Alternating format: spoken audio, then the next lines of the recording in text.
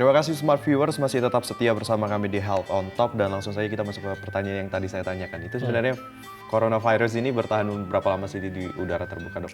Oke, lebih tepatnya coronavirus yang sekarang ya COVID-19 itu kita sebut nama virusnya kan SARS-CoV-2 gitu. Nah, virus ini masih baru muncul 2 bulan.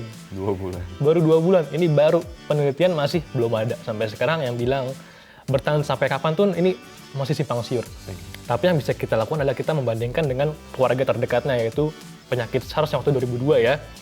Jadi kalau SARS sendiri yang waktu 2002 itu virus ini bisa hidup dari hitungan menit sampai 9 hari katanya. Tapi tergantung di mana, bisa misalkan di meja atau mungkin di lantai, di tempat lain itu tergantung dengan humidity atau kelembapan sama panas.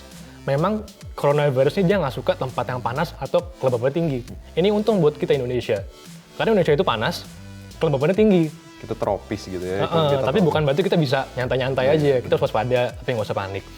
Jadi sebenarnya kalau bisa dibilang berapa lama sih kita masih belum bisa bilang ya, tapi mengacu pada SARS bisa berapa menit sampai 9 hari gitu di luar. Oke, berarti masih butuh penelitian lebih lagi karena ini kan Betul. masih baru ya. Betul. Nah, tapi kalau kita bicara coronavirus ini sebenarnya gejala yang ditimbulkannya apa sih? Kalau kita lebih dalam lagi.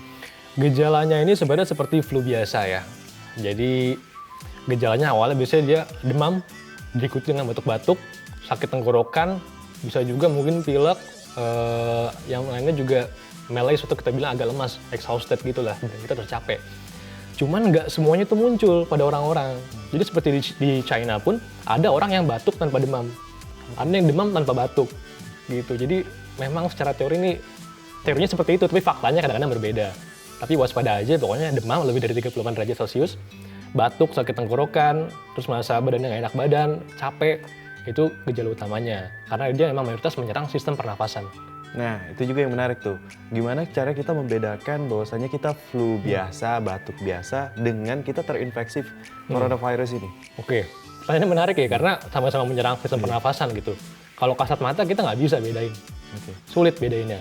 Tapi memang katanya kalau misalkan common cold, itu dia lebih ke bersin-bersin, hidungnya meler atau mampet. Sementara kalau si COVID ini lebih ke demam atau batuk. Batuk ini juga dia bisa batuk kering atau batuk dahak, cuman lebih sering memang batuk kering kalau COVID ini memang kayak gitu. Oh, jadi gitu perbedaannya. Nah, berarti ini juga ada pertanyaan juga yang timbul di kepala saya nih, bahwasanya ada juga ini berita-berita yang sedang happening itu dia bilang bahwasanya oke, kita bisa mendeteksi coronavirus ini kita terinfeksi itu hanya dalam 10 detik. Nah, itu pendapat dokter gimana tuh? Itu saya bilang mustahil itu 10 detik. Hoax ya? Hoax, karena kita membutuhkan nama tuh namanya RT-PCR, real time PCR. Itu biasanya kurang lebih waktu 12 jam. Bahkan kalau di Indonesia sendiri, proses dari ngambil sampel, dikirim ke litbangkes, segala macam itu bisa makan waktu mungkin 3 harian untuk keluar hasilnya gitu. Nah, jadi bagaimana nih penanganan bagi warga yang terkena virus corona ini? Apakah memiliki penanganan khusus? Atau dia perlu dirawat secara khusus atau gimana? Maksudnya penanganan khusus ini obat-obatan atau bagaimana nih maksudnya nih penanganan khusus? Karena kan kita kan misalnya ini ada orang yang terinfeksi corona, dia harus diinkubasi dan lain sebagainya gitu kan. Harus isolasi maksudnya ya? Isolasi gitulah ya. Nah, itu kalau menurut dokter gimana? Apakah emang harus menjalani itu atau dia tetap boleh beraktivitas seperti biasa gitu? Oke. Jadi sebenarnya kalau kita melihat ke pedoman dari Kemenkes, udah dirilis 2 kali sebenarnya dari Januari dan Februari, itu ada algoritmanya. Kapan kita harus curiga sama orang yang harus kita laporin. Jadi kalau dari Kemenkes tuh udah ada namanya definisi operasional untuk nentuin ini kira-kira orangnya pasien dalam pengawasan kah, orang dalam pemantauan kah, apakah ini kasus probable atau apa ini konfirmasi, itu udah ada lengkap. Cuman yang paling kita harus cari tahu adalah ini orang ada kontak atau enggak sebelumnya dengan orang yang terkena positif corona. Ada riwayat ke negara terjangkit atau enggak. Sejauh ini ada, kemarin terakhir tuh ada 31 kalau nggak salah negara terjangkit. Dia sempat pergi nggak dalam 14 hari sebelum timbul gejala tadi. Batuk, demam, sakit tenggorokan, badan capek, lelah, seperti itu kurang lebih. Oke. Nah, dan juga menariknya ini coronavirus ini banyak orang yang bilang bahwasanya kalau kita imun kita kuat, kita sehat, itu nggak akan terinfeksi gitu. Tapi apakah benar coronavirus ini semakin kita bertambah tua itu menyebabkan resiko kematian semakin tinggi? Oke. Jadi betul sekali ya, namanya virus biasanya dia menyerang daya tahan tubuh kita ketika lagi lemah. Itu imun sistemnya misalnya lagi drop gitu, lagi kecapean, dia bisa mudah masuk. Jadi kalau kita fit memang kemungkinan lebih kecil, tapi nggak menghapus sama sekali ya, nggak menjamin sama sekali, Nggak tapi menjamin. lebih kecil. Nah menariknya orang tua, jadi emang benar, semakin tua usianya, maka kita bilang fatality rate atau tingkat kematian semakin besar. Contohnya saja, ini data yang terakhir saya ambil nih, jadi masih berjalan nih, virus masih berubah datanya ya, kurang lebih 0 sampai 9 tahun, jadi dari bayi sampai 9 tahun, itu nggak ada yang meninggal satupun. Ada yang terkena, tapi nggak ada yang meninggal satupun. Dari 9 tahun sampai 49 tahun, itu kurang dari 0,5% yang meninggal. Jadi emang kecil sekali. Nah, yang besarnya itu adalah ketika dia berusia umur 80 tahun ke atas. Itu rate meninggalnya bisa 14 sampai 15%. Jadi emang 80 tahun ke atas paling besar rate meninggalnya. Gitu. Selain dari usia, gender juga ngaruh. Ternyata laki-laki ini lebih banyak dibanding perempuan fatality rate-nya. Laki-laki itu 2%-an, sebenarnya perempuan 1%-an. Gitu. Nah, tapi kalau kita lihat umur lagi 80 tahun, kenapa kok banyak meninggal orang tua? Karena sebenarnya mereka udah punya banyak penyakit.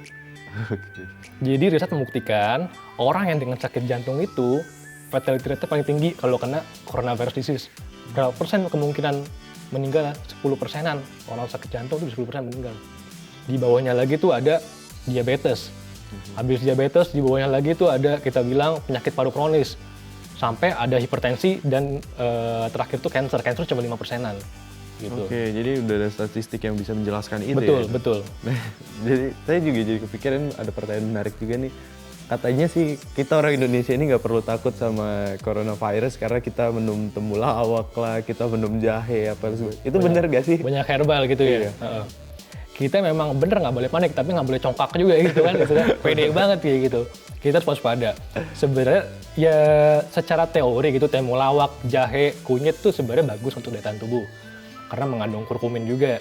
Bawang putih pun juga sempat jadi perbincangan kan. Iya, benar. Karena memang dia ada antioksidan. Memang itu untuk membantu daya tahan tubuh. Tapi kalau secara spesifik dibilang menghindari corona, sampai sekarang itu belum ada buktinya. Jadi bisa kita bilang ya tidak betul, kurang tepat lah. Sampai sekarang masih belum ada buktinya. Tapi untuk memelihara daya tahan tubuh ya silahkan saja konsumsi gitu. Berarti ya mau itu mitos, mau itu fakta, yang penting itu kan sebenarnya bagus juga buat tubuh kita. Betul, dok, ya. Jadi betul. intinya jangan congkak aja. Jangan sombong juga ya. Nah, kita harus break dulu nih. Jadi semua viewers tetaplah bersama kami karena kami akan membahas virus corona ini lebih mendalam dan tentunya akan sangat menarik. Tetaplah bersama kami di Health on Top.